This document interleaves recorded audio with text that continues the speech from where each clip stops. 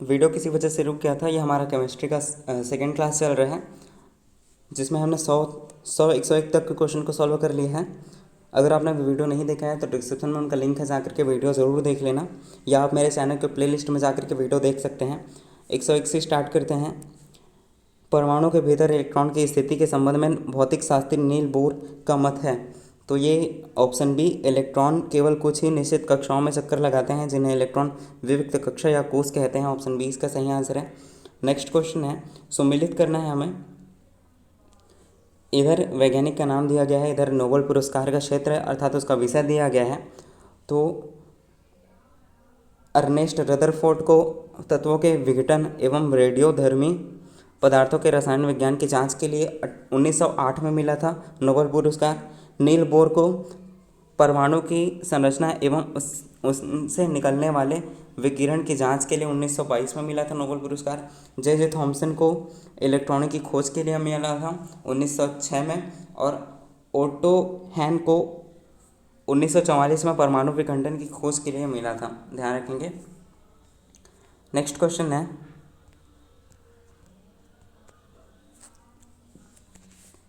उसका सही आंसर था ऑप्शन ए।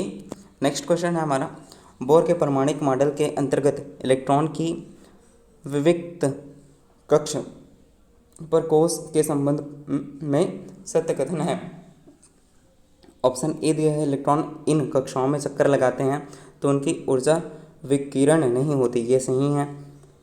दूसरा दिया है, ये कक्षाएं ऊर्जा स्तर कहलाती हैं, जिन्हें KLMN नाम दिया गया है, ये भी पॉइंट सही है। तीसरा है, अगर परमाणु की सबसे बाहरी कोष भर जाए तो वह परमाणु स्थिर हो जाएगा एवं कम क्रियाशील होगा, ये भी सही है। इस प्रकार ऑप्शन डी इसका सही आंसर हो जाएगा, उपरोक्त सभी।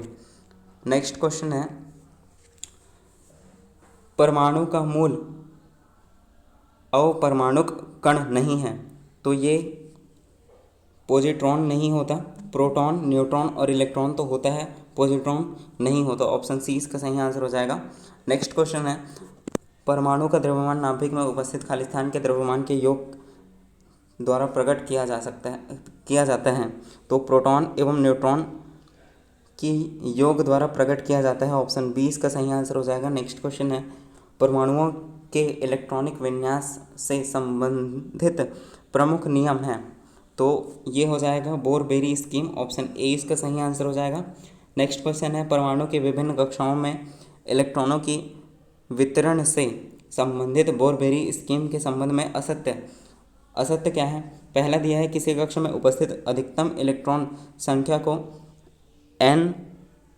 2n की पावर 2 सूत्र से दर्शाया जाता है, ये पॉइंट तो सही है। दूसरा दिया गया है, सूत्र में n कक्षा की संख्या या ऊर्जा स्तर को दर्शाता है, ये भी पॉइंट सही है। तीसरा दिया है, कक्षाओं को क्रमानुसार भरना आवश्यक नहीं है, ये गलत हो जाएगा क्योंकि कक्षाओं को क्रमानुसार भरा जाता है। चौथा दिया है, सबसे बाहरी कोष में इलेक्ट्रॉनों की अधिकतम संख्या 8 हो सकती है, ये भी पॉइंट सही है। तो इस प्रकार हमें असत्य को चुनना था, ऑप्शन सी इसका सही आंसर हो जाएगा। नेक्स्ट क्वेश्चन है, संयोजकता इलेक्ट्रॉन से आशय। तो किसी परमाणु की सबसे बाहरी कक्षा में उपस्थित इलेक्ट्रॉन ही संयोजकता इलेक्ट्रॉन कहलाता है। आगे बढ़ते हैं,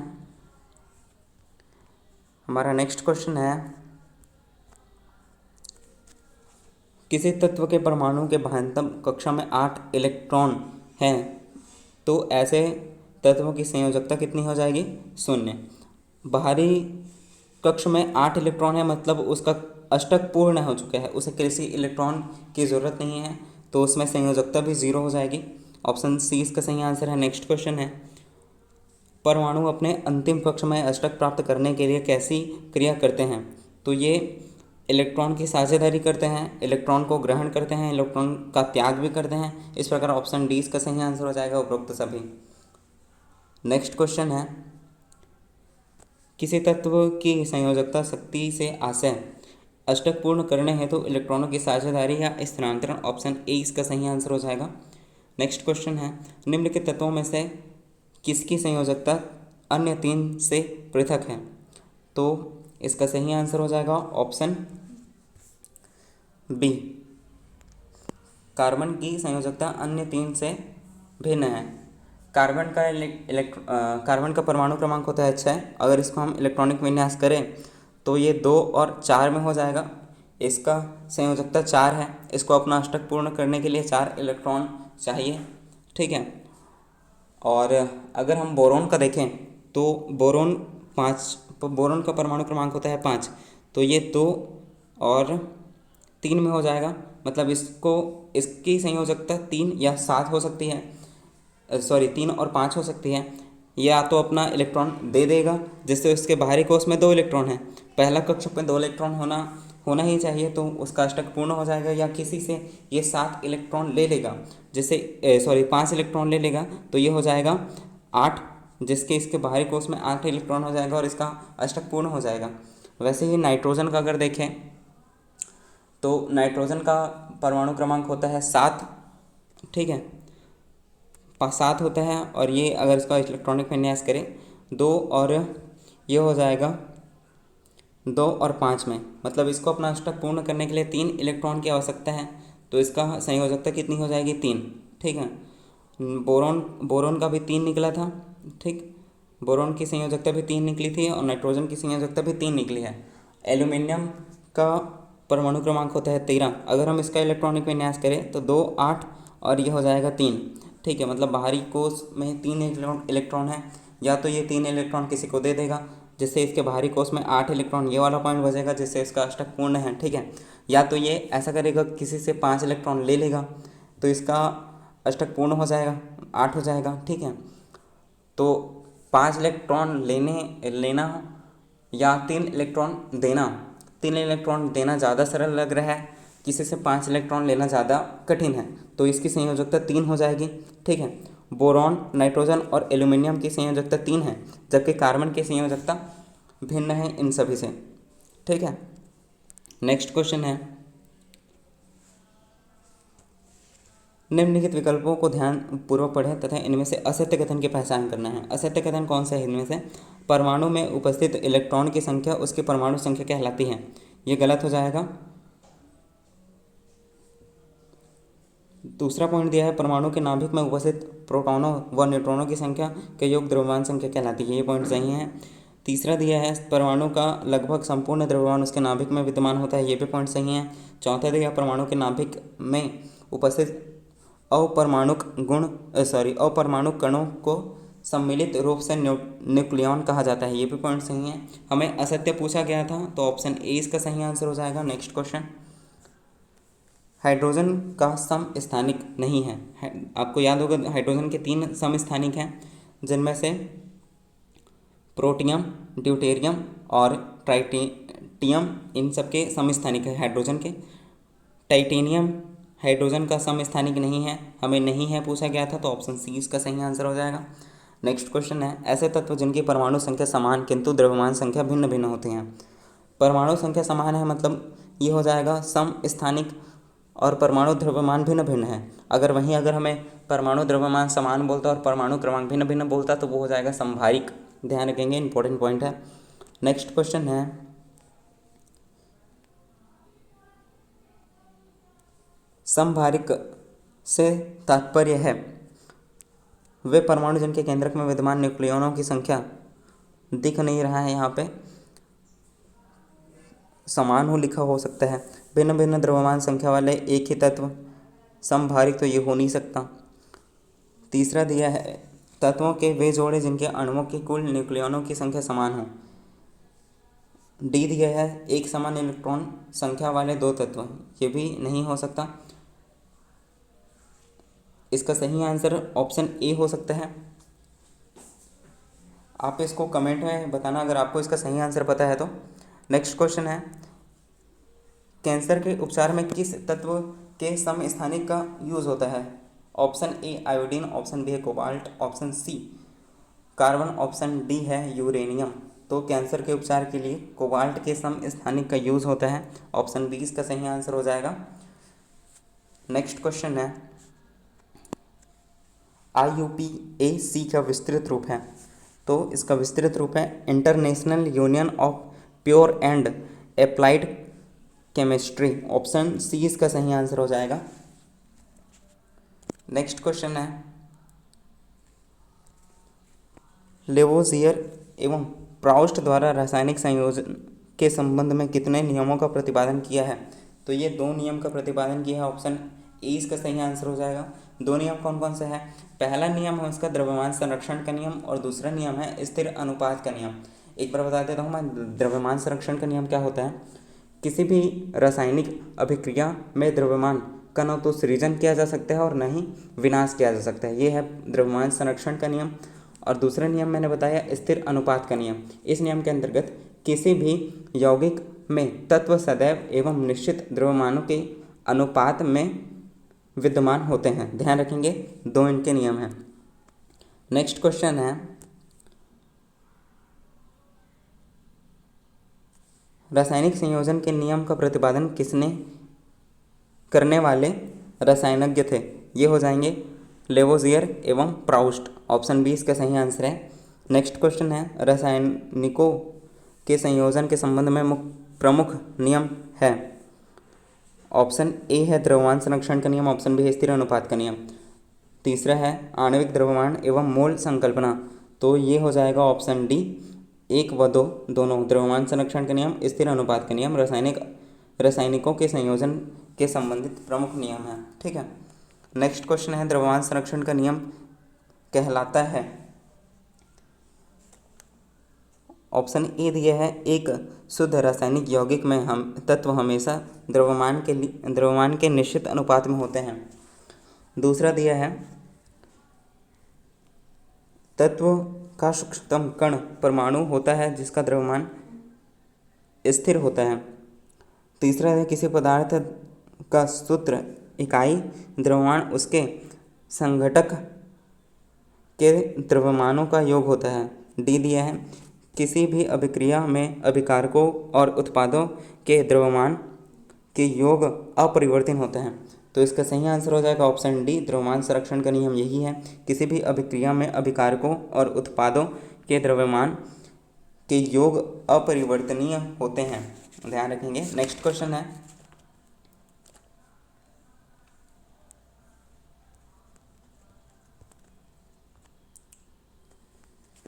किसी भी यौगिक में तत्व सदैव एक निश्चित द्रव्यमानों के अनुपात में विद्यमान होते हैं। लेवोसियर द्वारा प्रतिपादित इस नियम को कहते हैं स्थिर अनुपात का नियम। ऑप्शन ए इसका सही आंसर है। नेक्स्ट क्वेश्चन है, द्रव्यों के विभाज्यता संबंधित सिद्धांत जिसके अनुसार द्रव्यों के सूक्ष्मतम अविभाज्य कण को परमाणु नाम दिया गया है, उसके प्रतिपादक रसायनज्ञ थे? तो ये जॉन डाल्टन थे। ऑप्शन बी इसका सही आंसर हो जाएगा। नेक्स्ट क्वेश्चन है, डाल्टन के परमाणु सिद्धांत के विषय में असत्य है, तो असत्य केवल इसमें ऑप्शन बी हो जाएगा, तत्व के सभी परमाणुओं का द्रव्यमान व रासायनिक गुणधर्म भिन्न भिन्न होते हैं। ठीक है, असत्य पूछा गया था। ऑप्शन ए पढ़ लेते हैं, सभी द्रव्य परमाणु में निर्मित होते हैं जो रासायनिक अभिक्रिया में भाग लेते हैं। ये सही है। सी दिया है, परमाणु अविभाज्य सूक्ष्मतम कण होते हैं जो रासायनिक अभिक्रिया में न तो सृजित होते हैं और न ही उनका विनाश होता है। ये भी पॉइंट सही है। किसी भी यौगिक के परमाणुओं की सापेक्ष संख्या एक प्रकार निश्चित होती है। ये भी सही है। हमें असत्य पूछा गया था, ऑप्शन 20 का सही आंसर हो जाएगा। नेक्स्ट क्वेश्चन है, किसी भी द्रव्य की मूल रचनात्मक इकाई होती है, तो मूल रचनात्मक इकाई परमाणु होती है। ऑप्शन सी इसका सही आंसर हो जाएगा। परमाणु त्रिज्या खाली स्थान में पाया जाता है, तो परमाणु त्रिज्या नैनोमीटर में पाया जाता है। ऑप्शन डी इसका सही आंसर हो जाएगा। नेक्स्ट क्वेश्चन है, एक परमाणु त्रिज्या की माप होती है 10⁻⁹ मीटर। ठीक है। नेक्स्ट क्वेश्चन, असत्य कथन की पहचान करना है हमें। ऑप्शन ए दिया है, डाल्टन प्रथम वैज्ञानिक थे जिन्होंने तत्वों के प्रतीकों का प्रयोग अत्यंत विशिष्ट अर्थ में किया। ये सही है। दूसरा पॉइंट दिया है, वर्जिलियस ने तत्वों के कोई ऐसे प्रतीकों का सुझाव दिया जो उन तत्वों के नामों के 1 या 2 अक्षरों से प्रदर्शित होते हैं। ये भी पॉइंट सही है। तीसरा दिया है प्रारंभ में तत्वों के नाम उनके व्युत्पत्ति स्थान रंग आदि के आधार पर रखा गया था, ये भी पॉइंट सही है। IUPAC द्वारा स्वीकृत तत्वों के प्रतीकों के प्रथम व द्वितीय अक्षर सदैव बड़े अक्षर में लिखा जाता है, जैसे कोबाल्ट के लिए CO। तो ये पॉइंट गलत हो जाएगा, हमें असत्य पूछा गया था। ऑप्शन डी इसका सही आंसर है। नेक्स्ट क्वेश्चन है,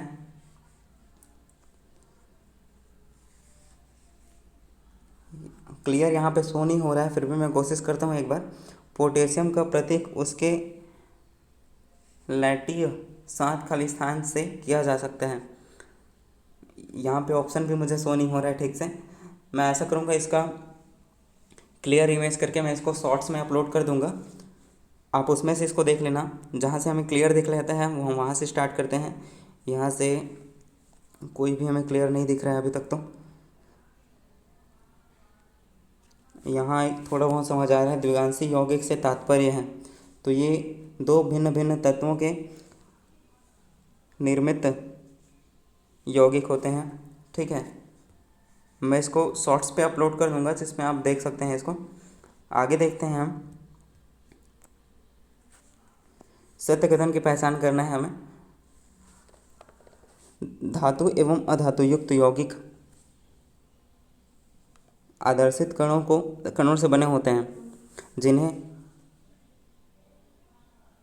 क्या लिखा है यहाँ पे शो नहीं हो रहा है ठीक से ना। ऑप्शन ए इसका सही आंसर है। इसको मैं शॉर्ट्स पे अपलोड कर दूंगा, आप उसमें से देख लेना, या इसको मैं क्लियर करके एक वीडियो बना दूंगा, उसमें से देख लेना, ठीक है। आगे बढ़ते हैं, जहाँ तक हमें शो हो रहा है, तत्वों के परमाणुओं की परस्पर संयोजन करने की क्षमता को कहते हैं, तो ये संयोजकता कहलाता है। ऑप्शन बी इसका सही आंसर हो जाएगा। रासायनिक सूत्र लिखने का प्रमुख नियम है, तो संयोजकता यहाँ पे क्या लिखा है, कथन की संयोजकता संतुलित होना चाहिए, ये सही है। जब किसी यौगिक का निर्माण धातु एवं अधातु के संयोग से हो, तो धातुओं का नाम व रासायनिक सूत्र के प्रतीक पहले लिखे जाते हैं, ये भी पॉइंट सही है। तीसरा दिया है बहु परमाणुक आयनों द्वारा निर्मित यौगिक में आयनों की संख्या दर्शाने के लिए आयनों को कोष्टक में लिखकर उसकी संख्या कोष्टक के बराबर लिखी जाती है, ये भी पॉइंट सही है। इस प्रकार ऑप्शन डी इसका सही आंसर हो जाएगा, उपरोक्त सभी। नेक्स्ट क्वेश्चन है, बुझा हुआ चूना यौगिक में विद्यमान है, तो बुझा हुआ चूना में कैल्शियम और ऑक्सीजन होता है। ऑप्शन बी इसका सही आंसर हो जाएगा। नेक्स्ट क्वेश्चन है, बेकिंग पाउडर का निर्माण करने के वाले घटक में शामिल नहीं है, तो बेकिंग पाउडर में क्लोरीन का यूज़ नहीं होता। ऑप्शन डी इसका सही आंसर हो जाएगा। नीला थोथा का रासायनिक सूत्र, तो नीला थोथा का रासायनिक सूत्र होता है CuSO4। आगे बढ़ते हैं, हरा थोथा का रासायनिक सूत्र होता है FeSO4 7H2O। ऑप्शन ए इसका सही आंसर हो जाएगा। हरा थोथा FeSO4 7H2O, ध्यान रखेंगे। नेक्स्ट क्वेश्चन है,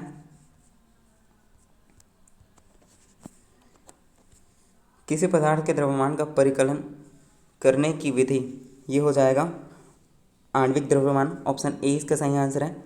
नेक्स्ट क्वेश्चन है, ZaO यौगिक का सूत्र इकाई द्रव्यमान होगा, तो ये हो जाएगा ऑप्शन बी 81 म्यू। तो इस प्रकार हमने परमाणु संरचना से रिलेटेड 154 क्वेश्चन को सॉल्व किया है। आई होप कि आपको वीडियो अच्छा लगा होगा। अगर आपको वीडियो पसंद आया है, वीडियो आपके लिए यूज़फुल हो, तो वीडियो को लाइक करें, इसे ज़्यादा से ज़्यादा शेयर करें। कमेंट में ज़रूर बताएं कि आपको वीडियो कैसा लग रहा है। साथ ही इस चैनल को सब्सक्राइब करें। Thank you.